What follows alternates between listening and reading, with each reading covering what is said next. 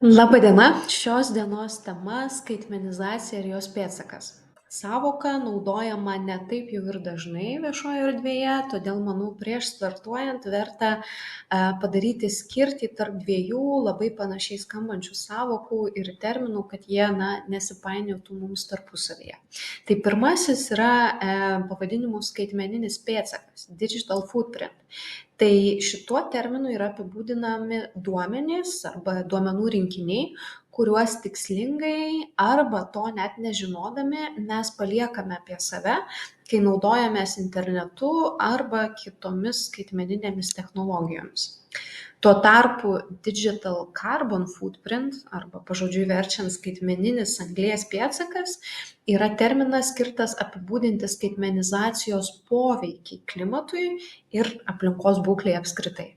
Tai šiame epizode kalbėsime būtent apie pastarąjį skaitmenizacijos poveikį aplinkai. Kodėl? Todėl, kad stebime eksponentiškai augančius skaitmeninių technologijų naudojimo mastus. Jokia finansų krizė, pandemija šitos kreivės augimo nepakeitė ir tikėtina, kad nepakeis. Matome labai populiarėjančias ir plintančias naujas technologijas, tokias kaip daiktų internetas, dirbtinis intelektas, debesų kompiuterija, kriptovaliutos, 5G ryšys ir panašiai.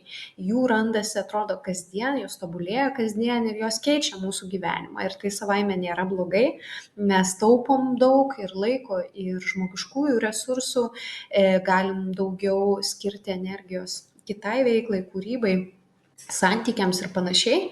Tačiau yra vienas momentas. Mes labai retai įsivertiname aplinkybę, kad kiekvienas žingsnis skaitmeninėje erdvėje yra lydimas energijos poreikiu. Net ir pats mažiausias ėjimas socialiniuose tinkluose, uždėti patiktuką ant nuotraukos ar įkelti tą nuotrauką, visa tai pasižymi alkiu energijai. Ir kuo tas alkis labiau auga, tuo dėja labiau auga ir neigiamas poveikis aplinkai.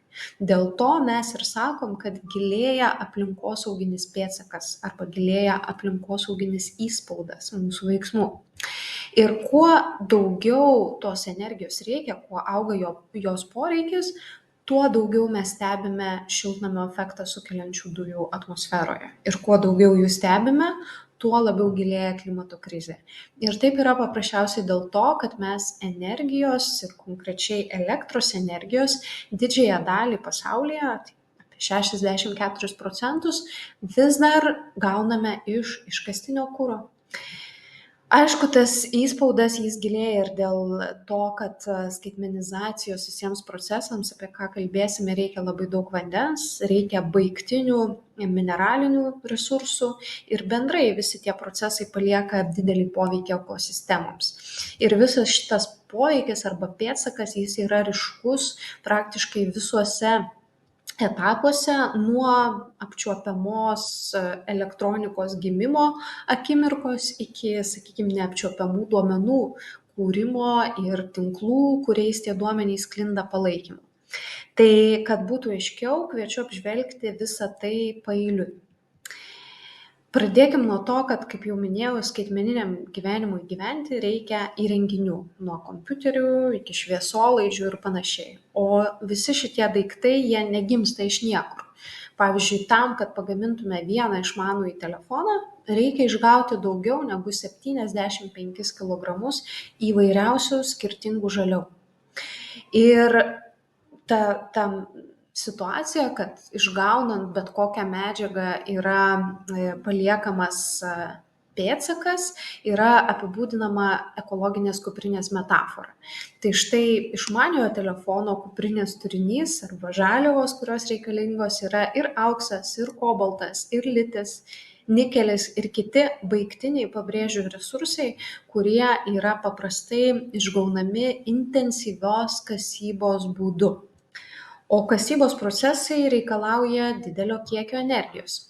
Pirmiausia dėl to, kad tiek rūdai iškasti, tiek apdoroti uolienas, lydyti rūdas yra naudojama sunkioji technika. O ta sunkioji technika dažniausiai varoma iškastiniu kuru, kuris, kaip jau minėjau, sukelia didelę CO2 emisiją ir skatina šiltnamio efektą. Kasyba taip pat dažnai palieka atliekas, kurios yra be galo kenksmingos gamtai. Tai ir cianido bei gyvsidabrio likučiai, kurie naudojami aukso išgavimui, ir rūgštinės atliekos iš sulfidų turinčių rūdų, kurios, kai sąveikauja su vandeniu ir oru, gali sukelti rūgščių nuotėkį. Taip pat kalbame ir apie radioaktyvias medžiagas, pavyzdžiui, iš urano arba turinčių uolienų. Ir visos šitos toksiškos medžiagos, jeigu kontaktą su jomis turi žmogus, jos gali kelti apsinuodijimus, vėžį, kvėpavimo takų ligas ir panašiai.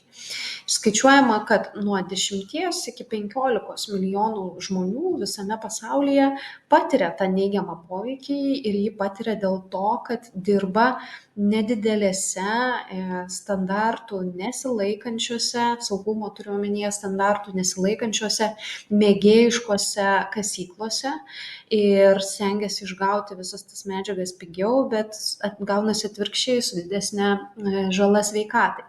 Ir taip atsitinka dėl to, kad kasyba šitų medžiagų vyksta silpnose ekonomiškai šalyse. Ta daro žmonės, kurie neturi kitų alternatyvų užsidirbti ir tai paprastai jiems yra pagrindinis gyvenimo šaltinis ir verčiantis neatsižvelgti į tai, kokiomis pavojingomis sąlygomis tas šaltinis yra realizuojamas. Labai daug ir vaikų išnaudojimo atvejų paviešinta žiniasklaidoje, kai būtent tam, kad skaitmenizacija vyktų, mums reikalingos medžiagos yra išgaunamos vaikų gerovės, netgi, sakykime, vergovės sąskaita. Tai didžiosios bendrovės, kurios užsiima tokių medžiagų gavybą, jos dažnai deklaruoja, kad tą daro socialiai atsakingai, laikosi standartų, bet vėlgi mes niekada negalime būti iki galo tikri, nes ypač tais atvejais, kai tiekimo grandinės yra ilgos ir juose dalyvauja ne tik ta pagrindinė gero vardo bendrovė, bet ir daug trečiųjų šalių, vadinasi, kitų rangovų. Ir tai gali lemti, kad tų standartų vis dėlto laikomasi nėra. Tai kai mes žinome, kad tos gavyba tų medžiagų, kurių mums reikia skaitmenizacijos progresui vykti, yra tokia brangi ir energijos ir poveikio gamtai ir poveikio žmonėm atžvilgiu, ir kai priimam domėn tai, kad ji mums tarnauja tos žaliavos arba daiktai ne taip jau ir ilgai, tai priverčia tikrai stipriai susimastyti. Statistika sako, kad mes išmanųjį telefoną keičiam kas 2 metus, kompiuteriai kas 4 metus, senus daiktus nusiunčiam į, sakykime, atliekų srautus. Arba kita aplinkybė, mes turim tų įrenginių ne po vieną, nors realiai mums jų tiek nereikia ir tai lemia praktiškai aplinkybę, kad mes neišnaudojam to daikto potencialo pilnai, tai funkcijai, kuriai jis ir buvo sukurtas šitai brangiai, ar ne? Tai kai turim tokią situaciją ir suprantam pasekmes to pervartojimo, pereikvojimo, kyla klausimas, ar galim ką nors padaryti, kad tai pakeistume. Ir laimei atsakymas yra taip. Ir visų pirma, patarimas siekiant pakeisti tą perprodukcijos tendenciją yra stengtis prailginti elektronikos gaminių naudojimo trukmę. Tai pirmiausia, nepasiduoti reklamos įtaigai, kad mums reikia naujesnio, madingesnio, kažko ypatingesnio. Jeigu daiktas sugenda, turime stengtis jį remontuoti, taisyti. Ir čia labai daug daro ES, kad taisymas ir vartotojo teisė į tai, kad gaminys būtų sutaisytas, būtų vykdoma efektyviau. Tai ES daro čia labai daug, kaip minėjau, per teisinį reguliavimą, per mokestinę politiką, kad tai taptų ir pigu, ir paprasta. Aišku, kai mums reikia vis dėlto naujo daikto, labai kviesčiau visą laiką klausti, kaip ilgai aš ketinu jį naudoti. ypač jeigu jūs esat darbdavys ir jums reikia įrenginio darbuotojų.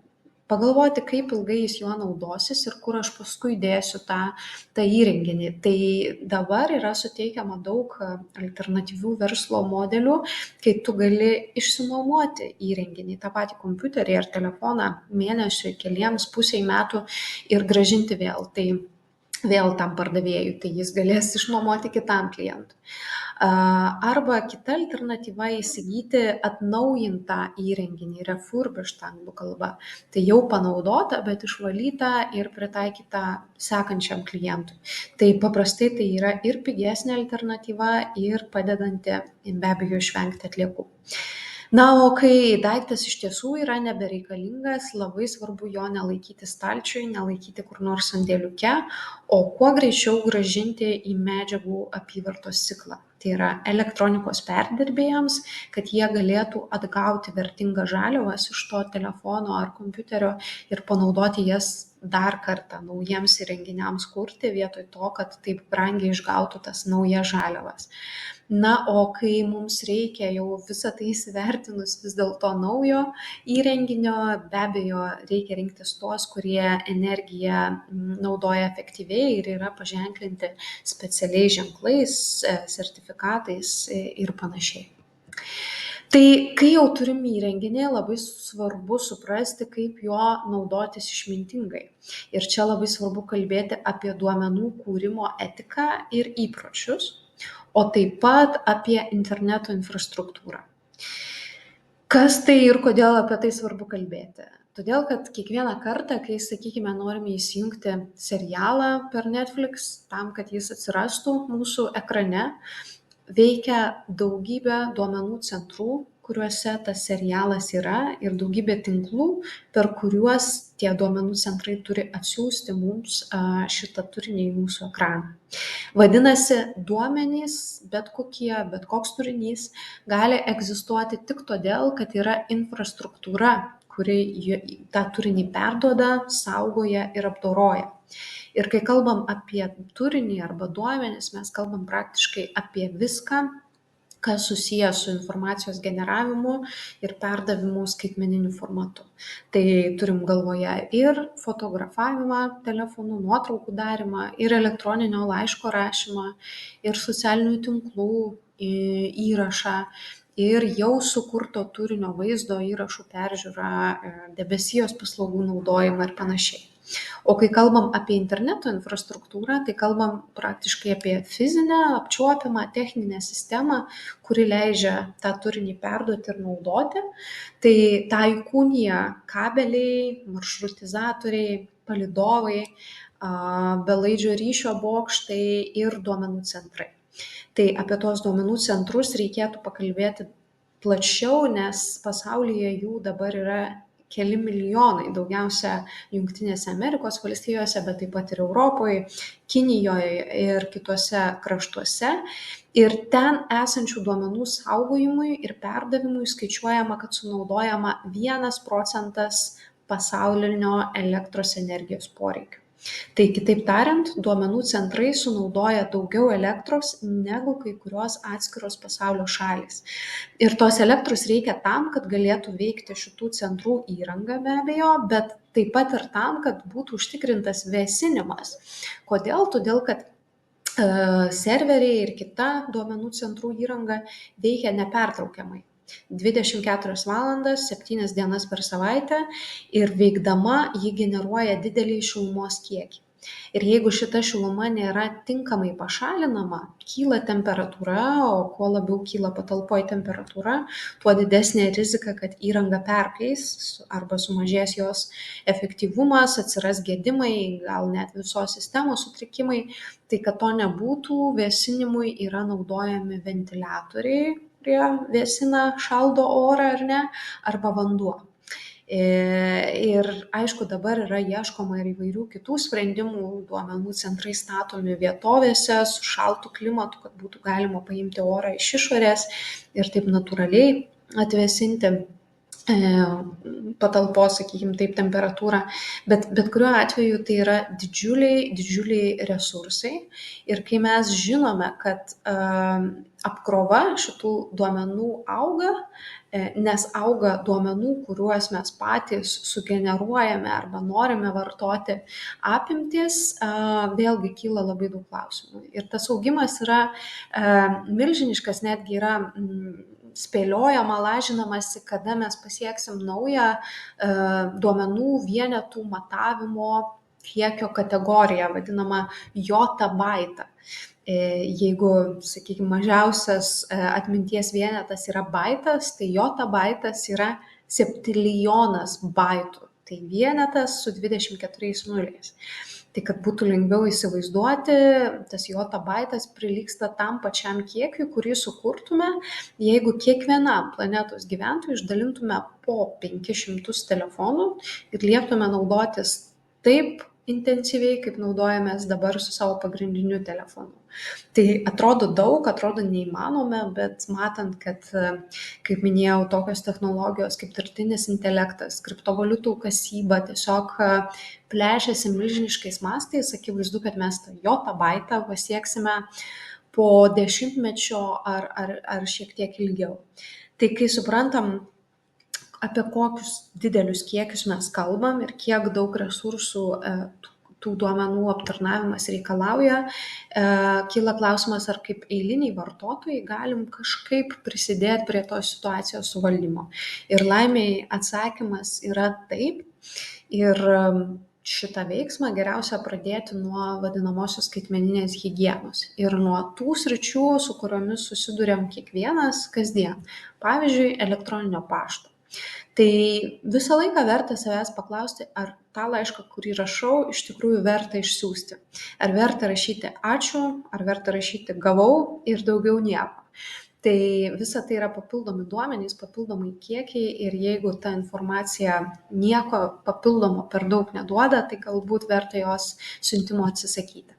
Patartina ir siaurinti gavėjų ratą, nesiųsti laiškų reply all arba pridėti papildomų gavėjų, jeigu nesat tikri, kad tikrai tiems žmonėms tas jūsų siunčiamas turinys yra reikalingas. Reguliariai reikėtų išsivalyti ir pašto dėžutę, ypač nuo tų laiškų, kurie yra su priedais, bet ne tik, jeigu ten reklama ar dalykas, kurio tu nebenaudosi, arba dalykas, kurį gali atsisiųsti, išsisaugoti kompiuteryje, kam jį laikyti internete ir taip apkrauti visą srautą. Patartina ir nesiųsti didelių priedų ar apskritai nesiųsti priedų prie laiškų, jeigu jau reikia siųsti, tai suglaudintus.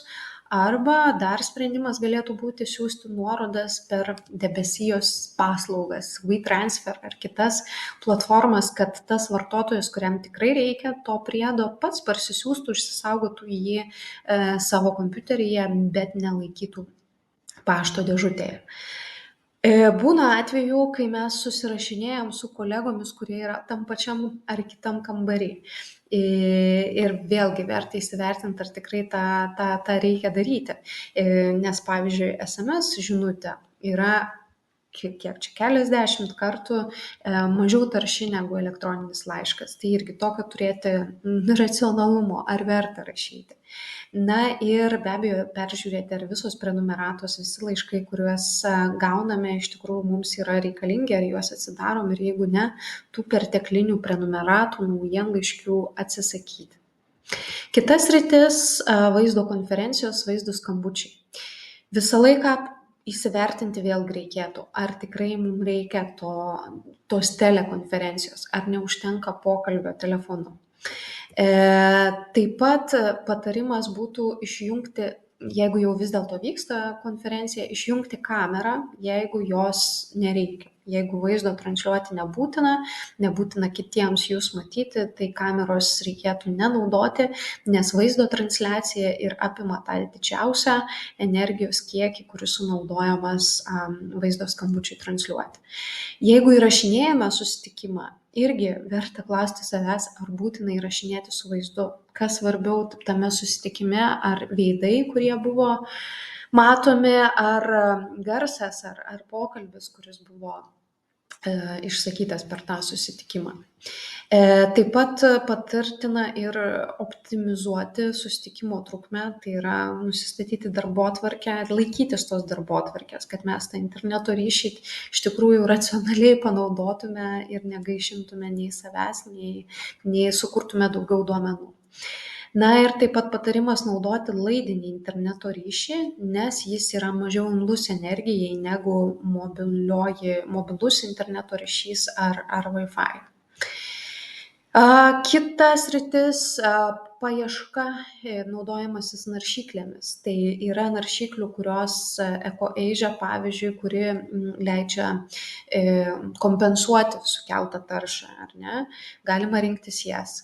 Patariama išsisaugoti nuorodas, tai yra daryti bookmark funkciją, kad jūs iš karto eitumėt į jums reikiamą puslapį, jeigu ten dažnai vaikštote, o ne kaskart paieškos sistemoje Google suvesti Delfi ar kitą žodį kitos svetainės, kur tu nori apsilankyti. Tai kitaip tariant, vengti tų perteklinių užklausų. Taip pat nepraktikuoti to bereikalingo naršyklių langų kiekio, skirtukų kiekio, jeigu jais nesinaudojam, nes tai irgi yra energija, kad juos palaikyti jums prieinamus pastoviai. Įsidiegti ir naudoti naršyklių priedus patartina, kurie blokuoja reklamą ir automatinį vaizdo įrašų paleidimą. Taip pat patarimas būtų periodiškai išvalyti naršyklės talpyklą ir slapukus, nes taip galima atlaisvinti daugiau vietos. Dar viena sritis - socialiniai tinklai. Ten energijos poreikiai taip pat yra milžiniški ir reikia pripažinti, kad tikrai ne visą laiką racionaliai mes ten leidžiame laiką. Tai pagrindinis patarimas būtų naudoti ekrano laiko sekimo funkciją, kuri daugiausiai yra mobiliuosiuose, ir pasižiūrėti, kiek laiko aš praleidžiu socialiniuose tinkluose. Ir jeigu matau, kad to laiko gaištu ten per daug, nusistatyti limitą, kad pats telefonas neleistų ten įeiti. Dar vienas iš patarimų yra apskritai išjungti socialinių tinklų pranešimus arba notifications, kad jie nemasintų eiti į programėlę ir skirti laiką ten. Išvalyti nereikalingą turinį iš savo paskyrų. Tikrai kartais emocijos pagauti įkeliam vaizdo įrašus, nuotraukas, bet po kiek laiko jie nebeatrodo tokie aktualūs. Tai verta persieiti per savo tą internetinį albumą ir pasižiūrėti, ką būtų galima panaikinti. Taip pat rekomenduotina nesiųsti nereikalingų žinučių naudojantis susirašinėjimo platformom, memų, vadinamųjų grandininių pranešimų, kai tu atsakai į ankstesnę žinutę ir tą specialiai pažymi, visą tai tik tai kaupia perteklinius duomenis. Na ir galbūt influenceriam aktualesnis pranešimas - vengti tiesioginių transliacijų. Jeigu jų nereikia, jeigu vaizdo transliacija nebūtina, tą pačią žinią galima perteikti tekstu arba nuotrauką, tai verčiau rinktis tai, nes tai reikalauja mažiau energijos. Bendriniai dalykai - atsikratyti nereikalingų failų, nuotraukų, vaizdo tiek pačiame kompiuteryje, tiek internetinėse duomenų saugyklose. Na ir pasižiūrėti, jeigu jau perkam paslaugą, galbūt galim įsigyti ją iš tų duomenų centrų ar paslaugų teikėjų, kurie naudoja atsinaujinančią švarią energiją saulės, vėjo, geotermijos ar kitų pavidalų. Dar viena sritis, apie ką labai norisi, kad ir trumpai užsiminti, tai yra vaizdo įrašai. Vaizdo įrašai yra labai tanki informacijos terpė. Pavyzdžiui, 10 valandų didelės raiškos vaizdo įraše yra daugiau duomenų negu visuose Wikipedijos straipsniuose anglų kalba teksto formatu. Ir dabar labai populiarios vadinamosios vaizdo pagal pareikalavimą paslaugos, Netflix'as, YouTube'as ar panašiai, jos ir eikvoja tą didžiąją dalį energijos. Ir tas kiekis, čia senoka statistika 18 metų, bet jis jau tada prilygo tam kiekiu energijos, kurį sueikvoja Čilės valstybė visa. Tai yra milžiniški resursai. Ir kai pasižiūrime giliau, kad tie vaizdo įrašai ne visą laiką yra, sakykime taip, su prasme, irgi kyla moralinių klaustukų. pavyzdžiui, pornografijos sektorius trečdalį beveik ar netgi taip, trečdalį vaizdo įrašų srauto sudaro ir tai yra pėdsakas prilygstantis Prancūzijos gyventojų paliekamam, vėlgi čia 18 metais. Tai kai priimam tai domėn, vėlgi reikia laikytis tokio skaitmeninio blaivumo, vartoti prasmingą, reikalingą turinį, kuris kuria teigiamą pridėtinę vertę. Na, o jeigu turim tokį turinį, kuris mums labai patinka, pavyzdžiui, grojaraščiai, muzikos, filmai, kuriuos žinom, kad ne per vieną kartą pasižiūrėsim, o su stabdymais, vertėtų parsisiųsti, o ne žiūrėti transliuojamus internetu. Na ir pats turbūt vertingiausias ir prasmingiausias patarimas yra skaitmeninė detoksikacija. Tai yra pailsėti nuo kompiuterio, telefono, televizoriaus kuo dažniau ir į tą virtualų skaitmeninį pasaulį eiti tik su, sakykime, konkrečiais tikslais, kurie kuria vertę tiek pačiam, tiek planetai. Tai tikiuosi, kad šitie patarimai galėtų būti naudingi ir linkiu tapti blaivesniais, atsakingesniais skaitmeninio pasaulio gyventojais.